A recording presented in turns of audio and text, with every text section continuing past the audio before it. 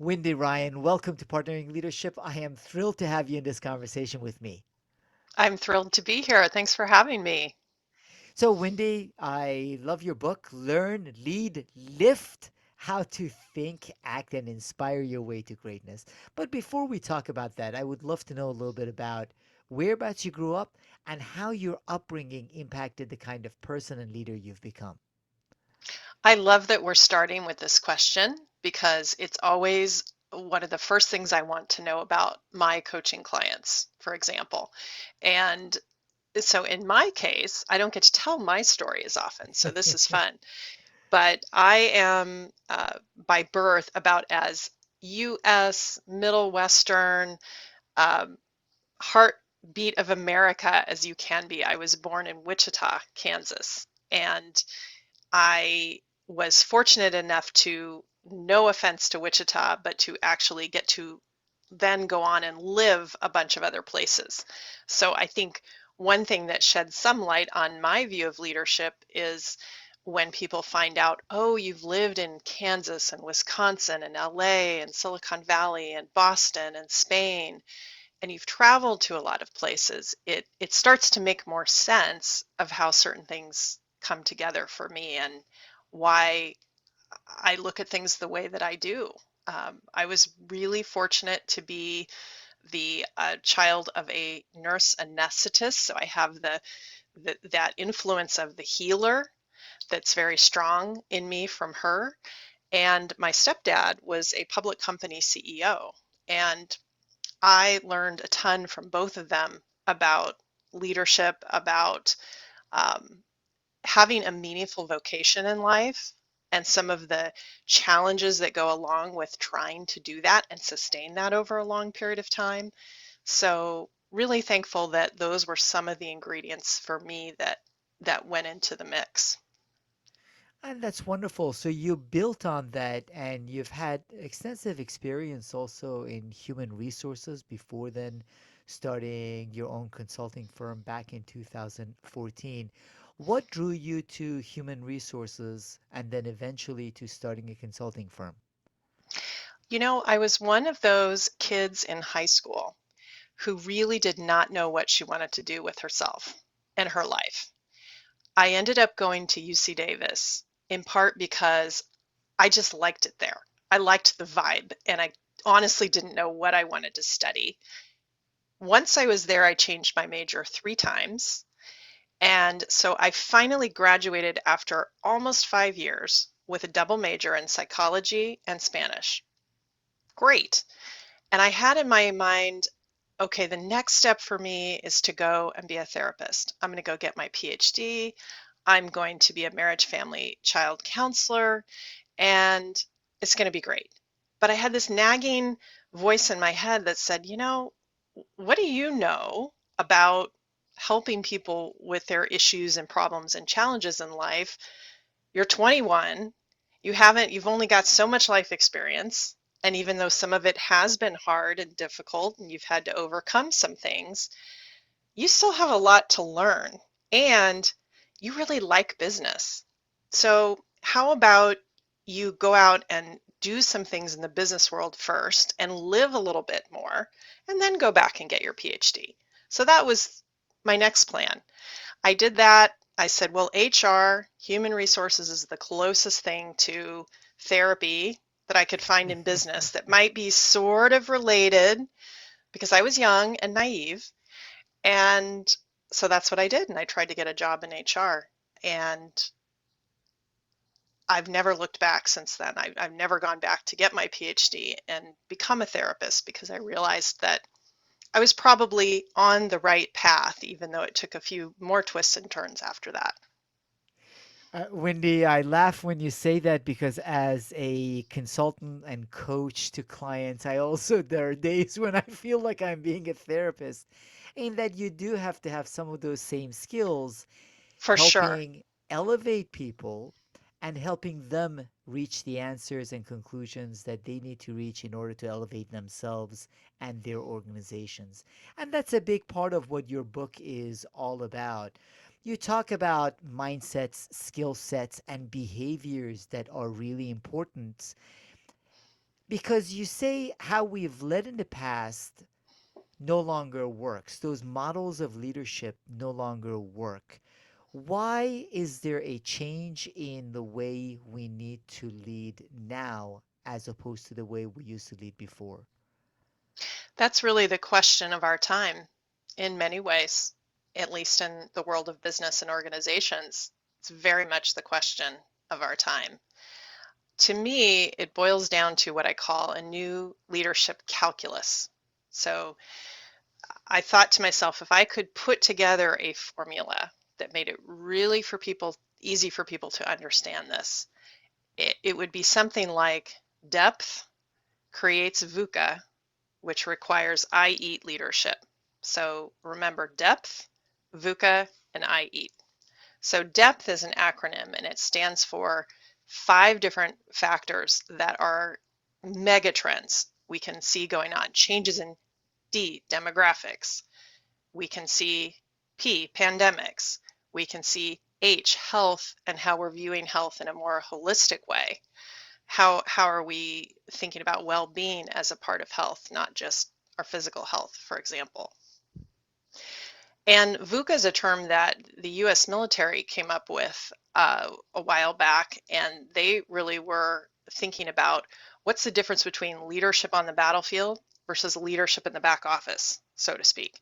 And they observed that when you get on the battlefield, you can have your game plan dialed in, you can have your strategy, you can have a whole sense of who's supposed to be where when, and then you get into the field and all hell breaks loose, right?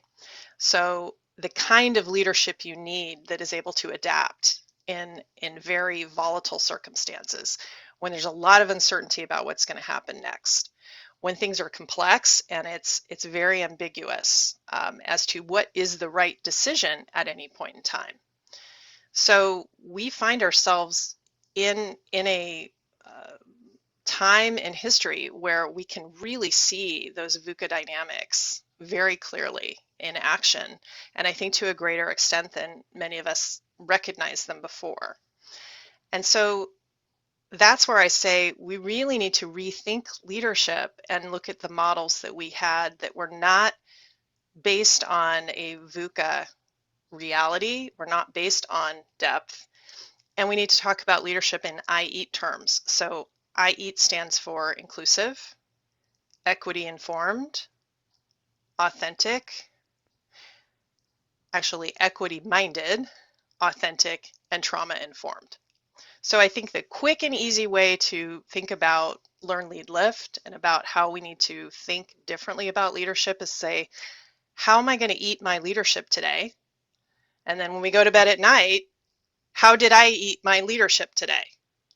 And if we remember that, we are a long way toward where we need to be.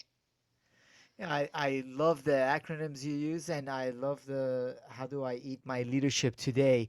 So we'll get to eating leadership in a minute because each one of the elements that you mentioned are important for us to understand even more. Now, you mentioned VUCA, and I had a great conversation with Bob Johansen. He's a futurist and works with Army War College and one of the first people to use the terminology VUCA. And part of the point he makes is the fact that this is not a function of what we've been going through over the past couple of years with the pandemic. Some elements of it have been accelerated. However, that acceleration of VUCA environment, therefore, the kind of leadership you talk about is something that was happening before and would have happened regardless. So, as I talk to leaders also, I want them to understand that this is not leadership because of or based on the crisis that we've experienced. It is Yes, the way to lead.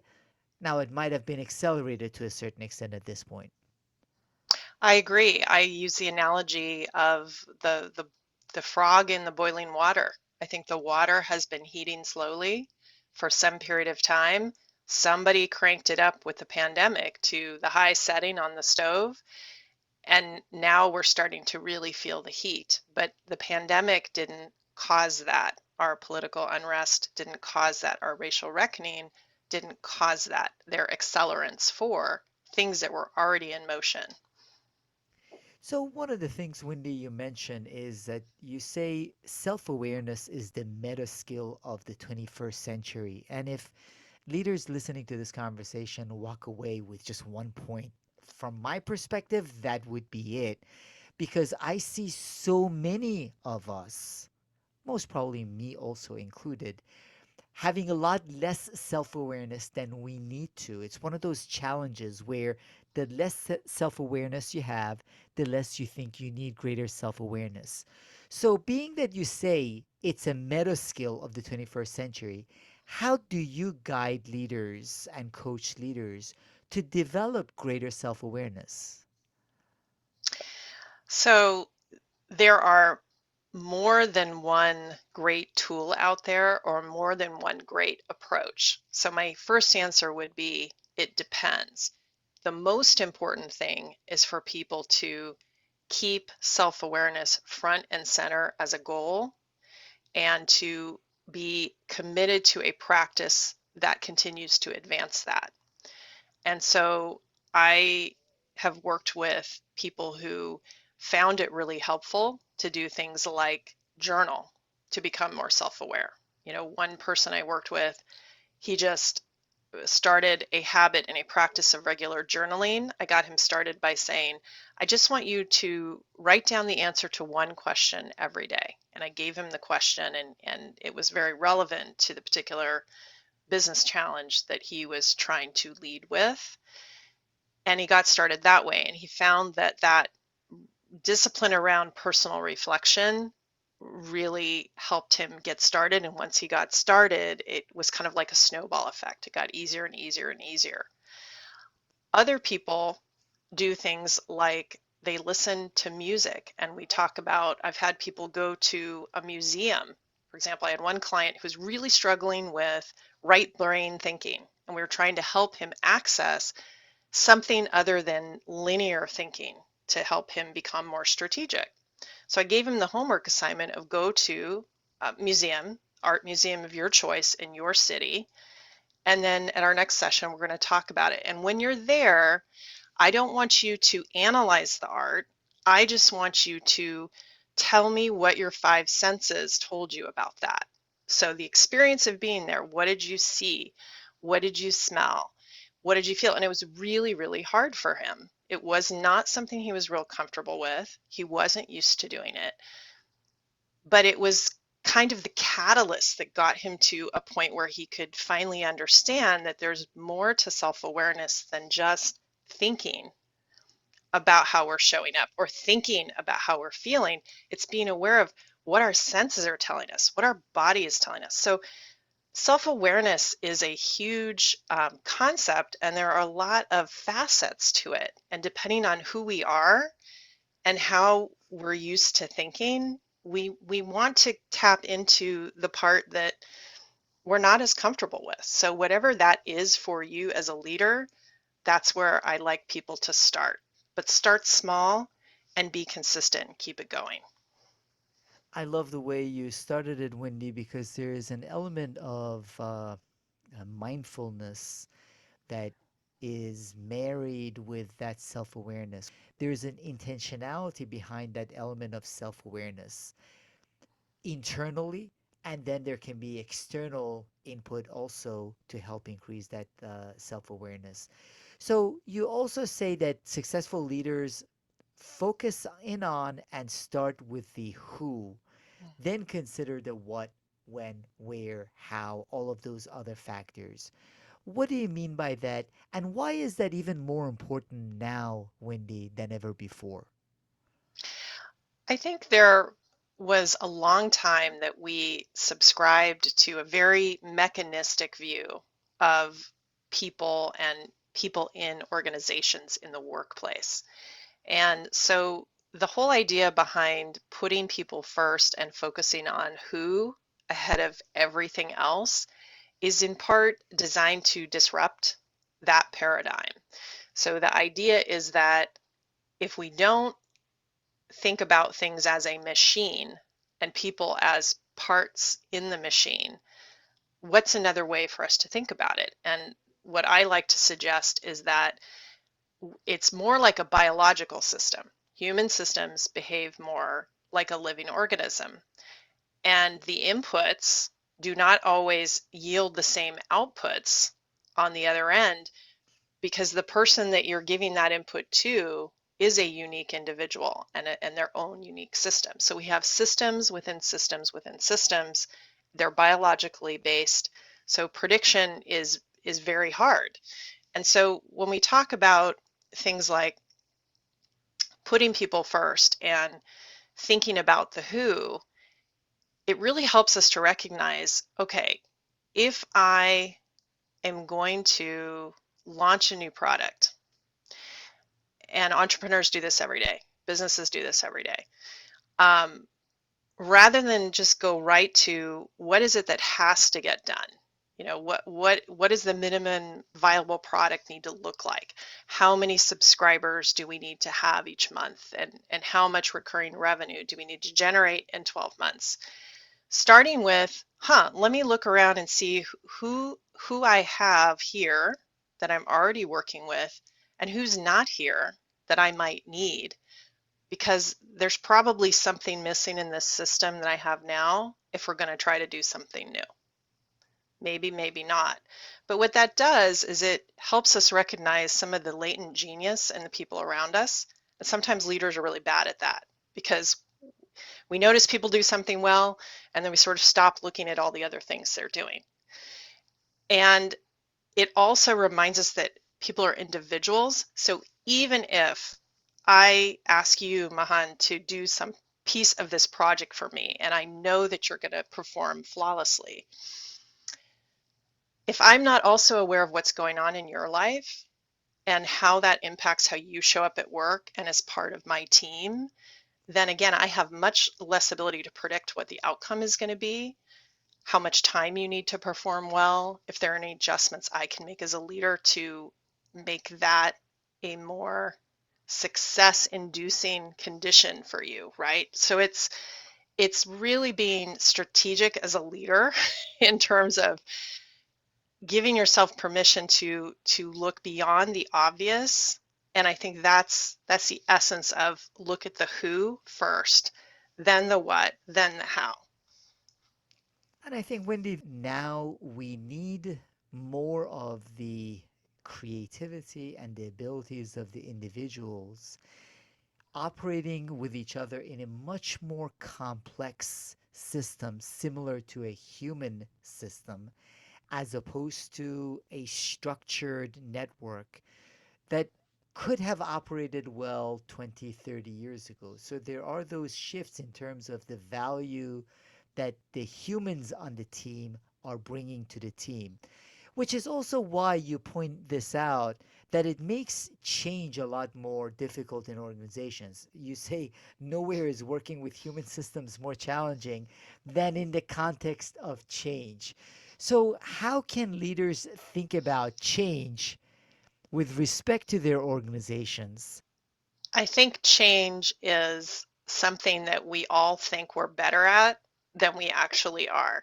So I have met very few leaders who ever attempted to drive massive organizational change or massive social change or any, massive family change and weren't somehow surprised somewhere along the line that it didn't go easily, or that there was a notion that they could have done something differently to make it better. So I think the first thing around leadership change is we really have to stop thinking we're all really good at it, because most of us really aren't. So we start there and we put on a learner mindset. And then we say, okay, so if I assume that maybe I'm not as great at this as I think I am, what are some things that we know actually help make this work better? And let me review that and let me think about how can I put that in place. So that would be step one. Put on the learner mindset. Number two, let's look at the things that we know work. An organization like Procy International, for example, just released last year the 11th I think it was the 11th round of longitudinal survey they've been doing. Every 4 years, they survey organizations about organizational change, and they have a heck of a data set now about what works and what doesn't work. They look at things like sponsorship. So one of the roles that top leaders often have, whether they realize it or not, is that they have a job to do in change that's called change sponsor. And they have particular things that they need to communicate about to the organization, and it can make or break a change if they are actually doing that or not, and how frequently they're doing that, and if they're staying visible or not, for example. So those things are kind of basic. And then I think layered on top of that now, and getting back to the concept of I eat leadership, it's recognizing that people are very saturated with change in the current climate. They're having to deal with changes in many different domains. And so if we come in as a leader and say, guess what, everybody? I'm so excited to announce that we're making this massive change and it's going to completely change the way we do business in 6 months. And you hear crickets, you should not be surprised by that. People are not going to jump up and cheer that we have yet another change. So, this is a great time for leaders to cultivate patience, understanding, empathy, and really think about your stakeholders for that change and what are their needs, what's their reality, again, who and what are they dealing with? So you can communicate in a way that meets them where they are and speaks to those concerns. It's not about how exciting this new change is going to be. That's probably going to fall flat. And in both bringing about the change, Wendy, and also just in terms of one of the capabilities that leaders need to have, you also go pretty deep into growth mindset. Why is the leader embodying growth mindset important both for them and for being able to lead change and others in the organization?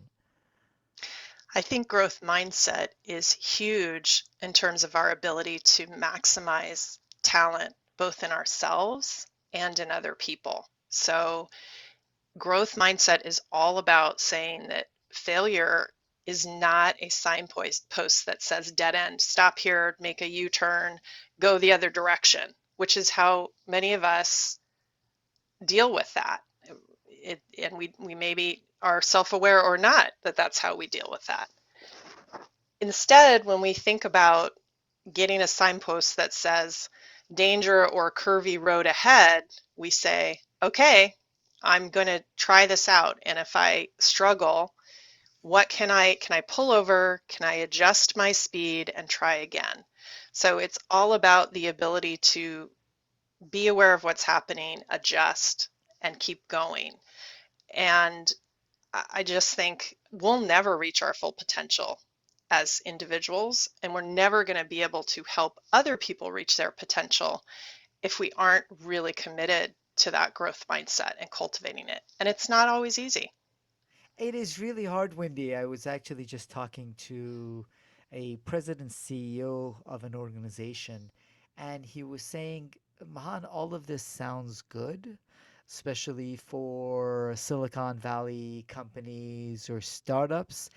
I have a board of directors that I have to report to, and I don't know if they're going to like this thought of, we are learning. We've had a lot of issues, but we are learning with the risk taking.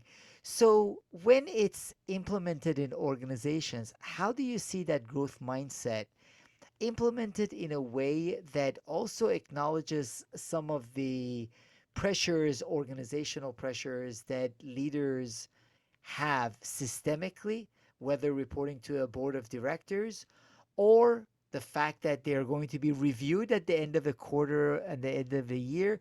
So, how can the growth mindset be actually implemented in the organization rather than a nice thing that people talk about and then go back to the way they were doing things before? One of the best tangible examples I've seen from this comes from someone that I interviewed for the book, who's a good friend of mine. Her name is Stacy Porter, and she's the VP of People and Culture, or People and Operations at Outset Medical. And what they did, I think it started in 2019 or early 2020, but they actually put in their signature lines, instead of putting the company motto, for example, they put what their individual learning goal is for the year. So if you receive an email from Stacy, you'll see that it says, I'm working to get better at XYZ. And most of those goals are around what we traditionally called soft skills, right? There, I'm working on being a better listener. I'm working on um, remembering to be more inclusive. I love that because it's really a strong example of role modeling, having a growth mindset, having a learner mindset, and inviting other people to hold you accountable, which I think is the second part of your question, which is, okay, if we want to build this wonderful culture of tolerance for learning together and failure and course correction and all of those things, what are we going to do when it's time to file the annual report, right? What are we going to do when it's the quarterly earnings call? Those are real things. So I think we can talk a lot about what are some of the longer term systemic fixes for that. But if we want to focus on what can we do today, right now, and I'm a CEO, I think it comes down to one, taking a look at your annual objectives or quarterly objectives and recognizing, is there a gap? Is there space for having an organizational learning goal? Is there a way we can start to integrate this into our what we're reporting out on? And start that conversation with the board, or start that conversation with your owners, because you've got to start somewhere. And unfortunately, it might have to be in addition to things you're already doing.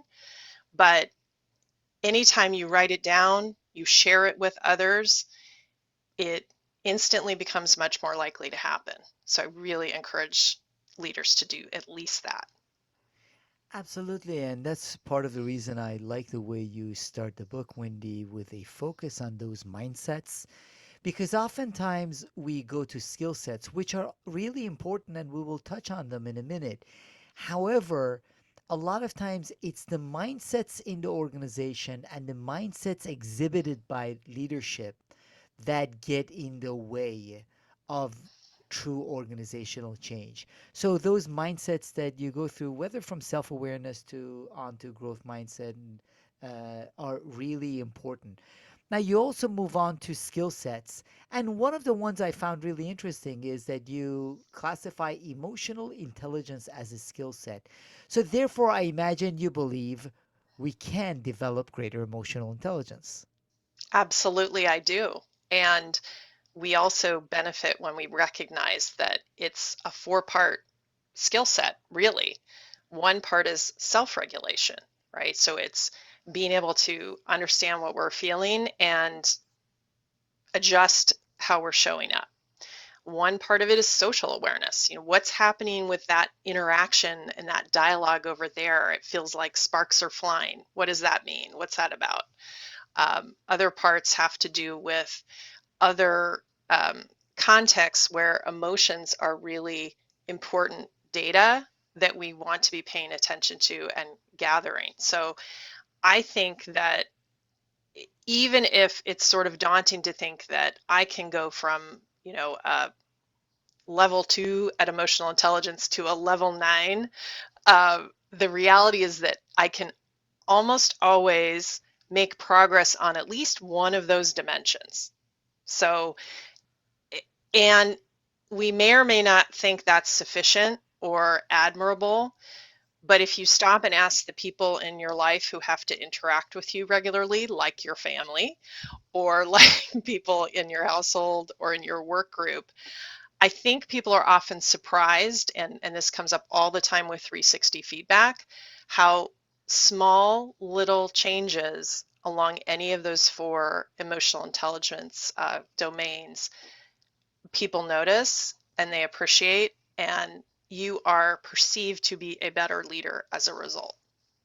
So it's Uh, high leverage for your time to work on that. It is, and it ties back to a certain extent to that growth mindset. You either have a fixed mindset saying that emotional intelligence, you either have it or you don't, or the level that you have it, or you have a growth mindset with a belief that the right kind of effort, right kind of work, you can improve in it. And that's part of the goal and should be part of the goal for leaders also. Because you do, again, with emotional intelligence, say it begins and ends with self awareness. And I do really think, and I want to underline, a lot of us have lower self awareness than we think we do because I tend to find that the higher up we move in organizations and the more experience we have and the more success we have, actually our self awareness goes down because people become more mindful of the kind of feedback they give to us. For sure. For sure. We are very sensitive as humans to perceptions of status. And this is really deeply ingrained in us. So when we perceive that we're in a group of people, we often subconsciously look for signs and signals that someone has a higher social status than we do. And then we reinforce that through our corporate structure, through our titles, through our organization charts. And we typically start to really edit ourselves. We do, as you've described, we start to say, that person's the CEO or that person is the VP of product. I'm not sure that it's good for me to say this particular thing.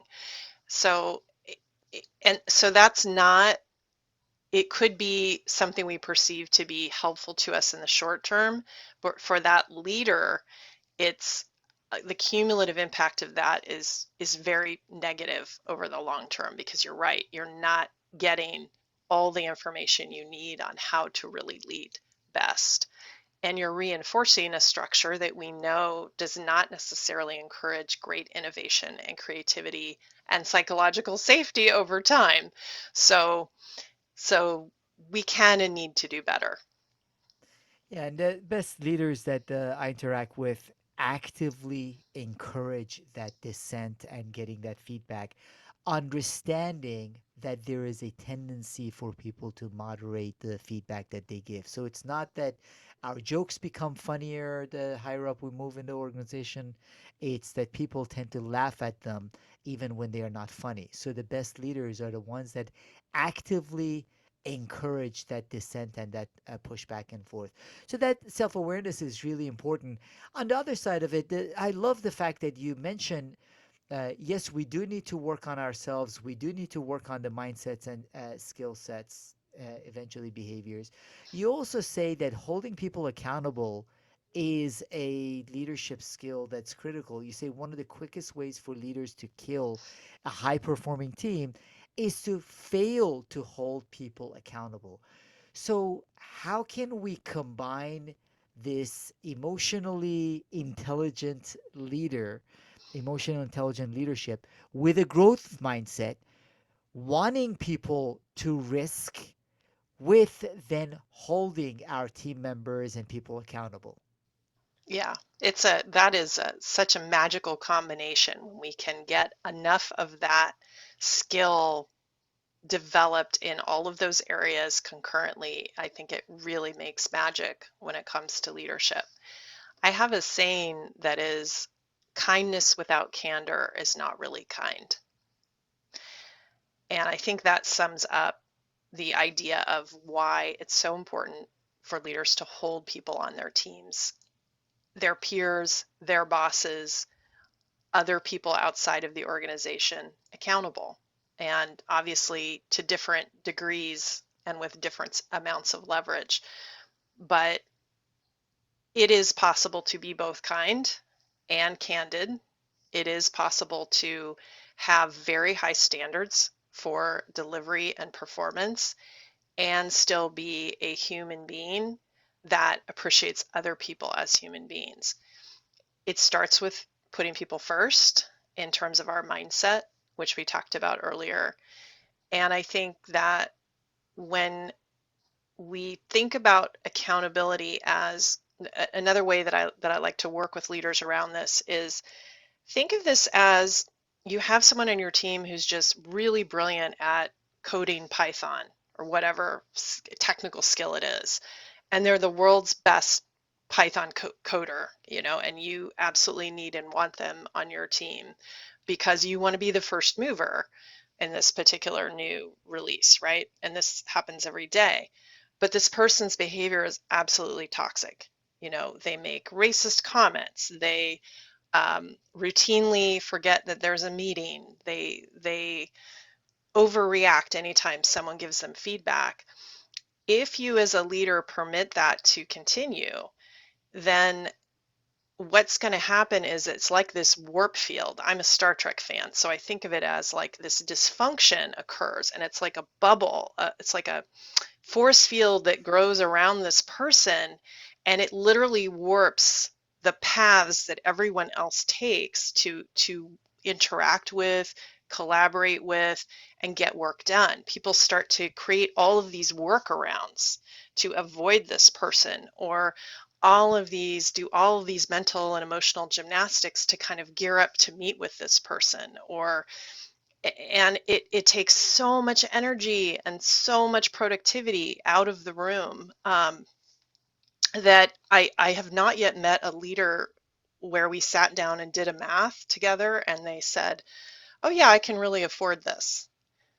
Now, you do mention leadership behaviors. You have an acronym FIDA: focus, integrity, decisiveness, authenticity, and humility. Would love to touch on a couple of them. Leadership authenticity has been in conversation quite a bit. How do you encourage leaders to be more authentic themselves as they look to lead their organizations? I think authenticity is a double-sided coin. So a lot of people talk about authenticity in very superficial terms, right? Or they think about it as, okay, I'm showing up as authentic because I've got 5 piercings and a very unusual hairstyle, and I only wear shorts to work and all of that. Again, those are similar to the trappings of leadership that we just discussed. Those are like the trappings of authenticity. So we have to be careful that we're not thinking about it just in those terms. I think when it comes to leadership, authenticity is owning who you really are. So it is having some sense of self-awareness around who are you and who are you not. And that has to do with what are our values? What is it that we want to stand for? Right? So what is it we want to be known for, not in terms of accomplishment, but in terms of character? That's really what we're talking about with authenticity. So it's who am I? That's one side of the coin. And then the other side of the coin is recognizing that the more we expect conformity in the world, the more we expect everybody to be like us or to fit a certain mode, the more energy we're asking people to spend on doing just that, as opposed to the other things that we might prefer that they be doing, like creating the next amazing service for the world or finding a cure to cancer or something like that. So it doesn't mean that we shouldn't have rules, we shouldn't have standards, we shouldn't have expectations for how people behave in our system together, but we need to realize that conformity takes energy, and if we as leaders want to really get the best out of the talent we have, we need to have as little of that expectation as we possibly can, right? So I think we got to stretch ourselves beyond what is typically comfortable and accept that people showing up as they are, as different as it may be, as different than how we might have been taught. Do we really want to ask them to rein that in? Because when we do that, they're dropping something else off, and we might really feel that loss at some point. And actually, that leadership authenticity, Wendy, helps attract some people to us and repel others. So, as Yes. a side example, I don't know if I share this with you or not. When your agent had reached out for us to have a conversation on the podcast, the first thing I did, even before reading the book, is I went on your LinkedIn profile and I saw an authentic Wendy advocating for equity, a lot of issues around equity, which are very important to my heart. And I said, yes, I do want to talk to Wendy and I want to read her book. And I'm sure others might see that and say, you know what, I don't want to go there, which is fine. So part of authenticity is being your true self, which will attract and motivate some and will turn off others. But it is being that true self and leading that way. Absolutely. If we as leaders, and thank you so much for that. That was beautiful what you just relayed, and I appreciate that. So much for leaders when we think about, the analogy of kind of flapping in the wind. We want to be flexible, but we don't want to have show up as a completely different person. When I work with clients, I am absolutely for some people and not for others. And I've learned over the years that A, that's okay, and B, that's about as much what they're bringing into the room with them as what I'm bringing into the room. And as long as there is a sense of mutual respect and how can we be successful together or apart, that's what we need to work toward, right? And it's it's okay with me at this point if some people say, I'm not sure this learn, lead, lift stuff is for me. I think I'm more drawn to this leadership model or this framework. I want people to be in the game ultimately of thinking about leadership as important and working to get better at it. And I think that the more we all advance in that direction, the better off we will be, for sure. And also in the book, you address our need for understanding our own privilege. You also give a couple of examples. One of them I had never read before. You say women applying for funding have 33% less chance of getting funding and get 20% less money than their male counterparts. And I'm sure if they did this study with people of color, it would be even less than that.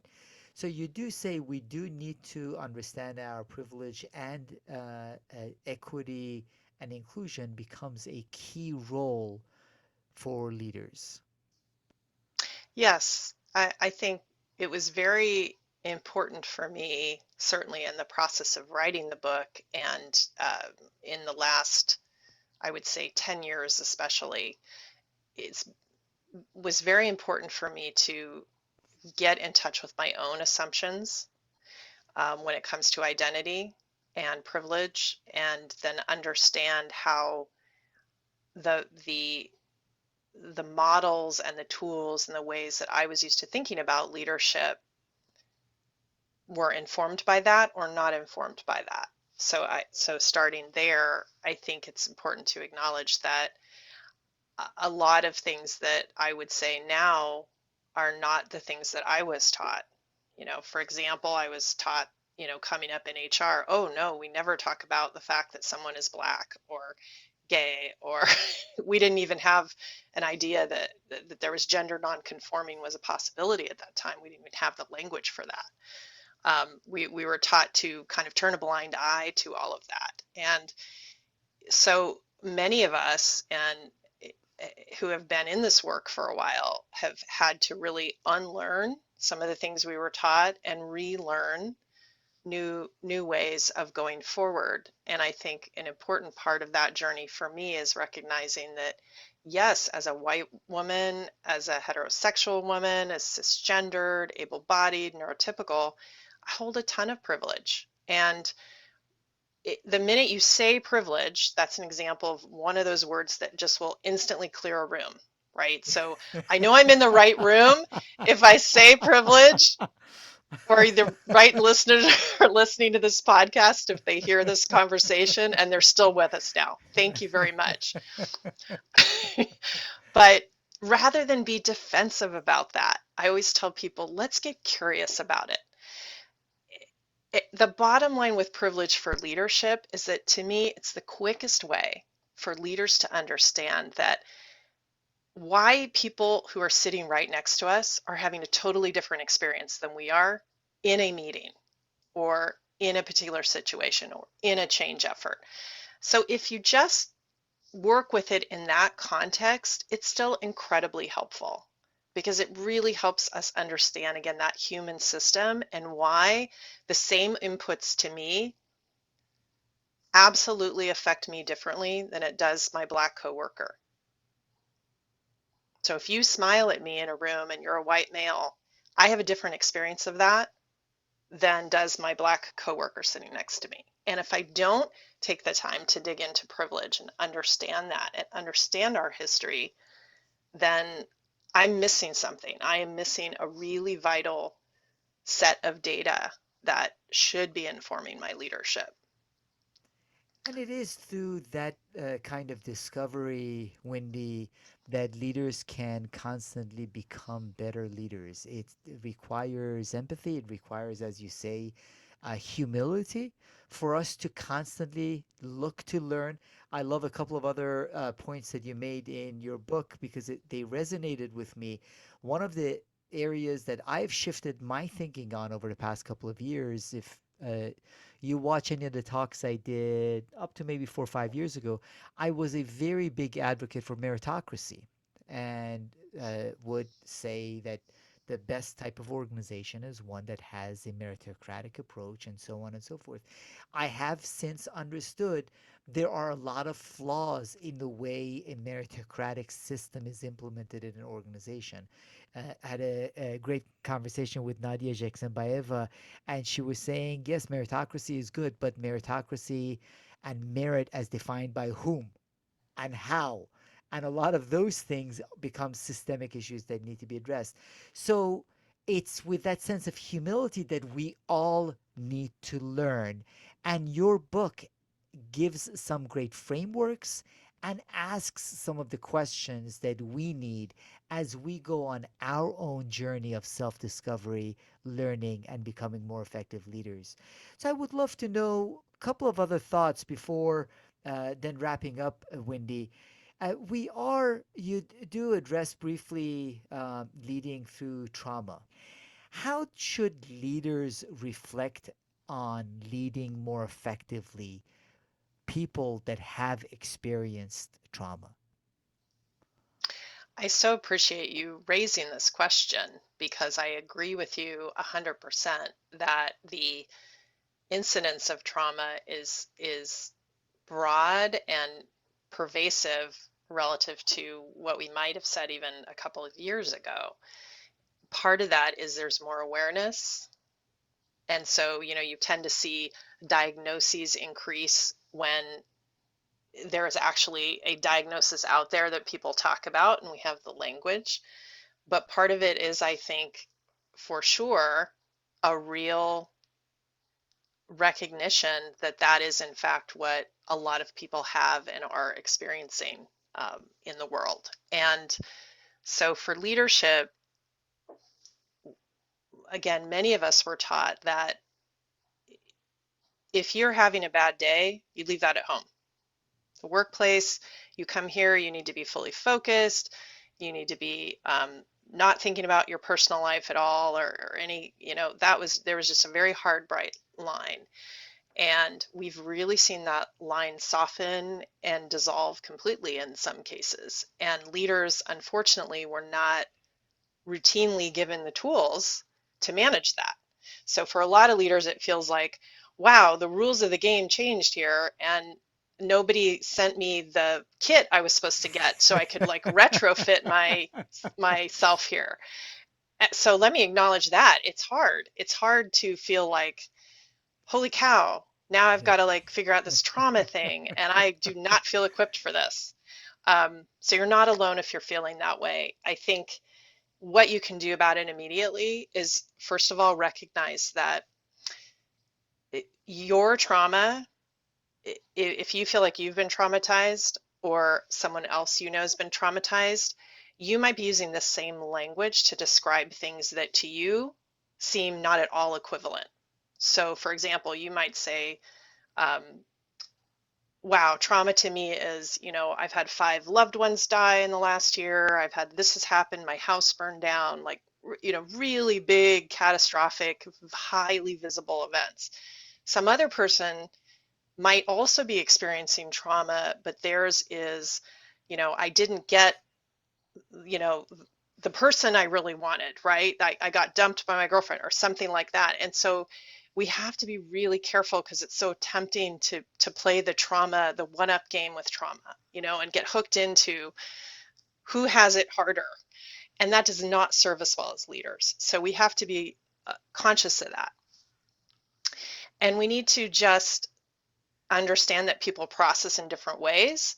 And so sometimes with trauma, again, just putting the source aside, if someone's showing the symptoms of trauma, believe them and make space for that. So, one thing that I really encourage leaders to do now, for example, is every team meeting, you start with a check in. You say, and don't just say, how are you doing? Because people are going to say, I'm fine, because that's conditioned into us, or I'm not fine, maybe, and then everyone's like, oh no, what do we do now? So, so instead, I love to see leaders say, you know, what is it that you are focused on this week, and what intention can we hold for you as a team? And that is a really gentle way of giving people the space to say, I'm struggling with my middle schooler because the internet went out 3 times this week and we couldn't, you know, they're doing online school and that was really disruptive. Or someone can say, I'm struggling because I think I'm going to get a divorce. So if you do that every week and you repeat that, or every month, whenever your check-ins are, it starts to build that muscle as a team, and it normalizes that people start to talk about things outside of work that are impacting how they're showing up at work. And that's the goal. It's not to solve people's problems. It's not for you, the leader, to become their therapist. It's simply to say, I want to know what's really going on with people that's impacting the way they show up, and I want them to acknowledge it so then we can move on to the business of the day. So sometimes it's just as simple as that.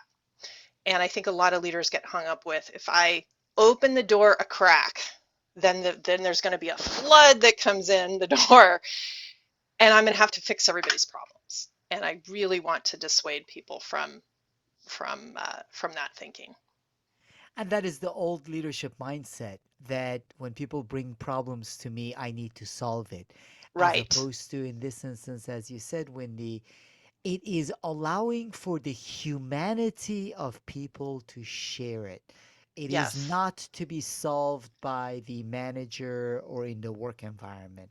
However, it allows for their humanity to come in. In addition to your own book, are there any leadership resources you find yourself recommending? So I think, yeah, it's hard to narrow it down too much because I appreciate so many thought leaders out there, and I think that everyone has something to teach us, truly. One of the books that I am very anxious to read is a new one that was released by um, Oprah Winfrey, and I'm forgetting the name because she is such a large, well-known name. But it's basically What Happened to You is the title of the book, and it is about trauma. And I think it is a critically important read for leaders for the reasons that we just talked about.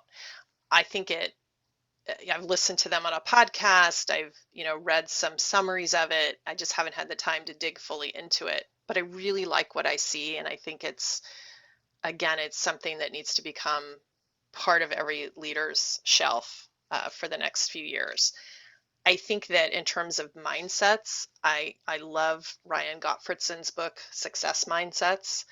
He really has taken the work that was done by Carol Dweck and the Arbinger Institute and come up with a framework for mindsets that is phenomenal. And he offers a free mindset assessment on his website that you can take and get wonderful feedback about how you compare to others with regard to mindset, and lots of practical tips for shifting that. So I think that's a great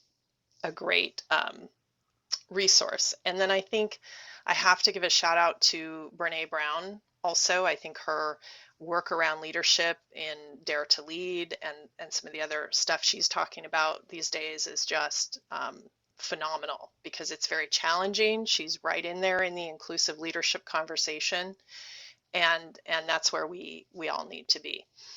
Last person I would say is Jennifer Brown, How to Be an Inclusive Leader.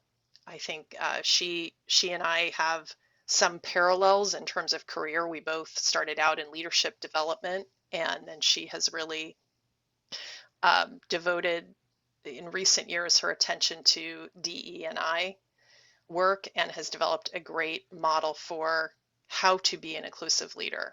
It's an easy read, and she also has a great assessment to get you started.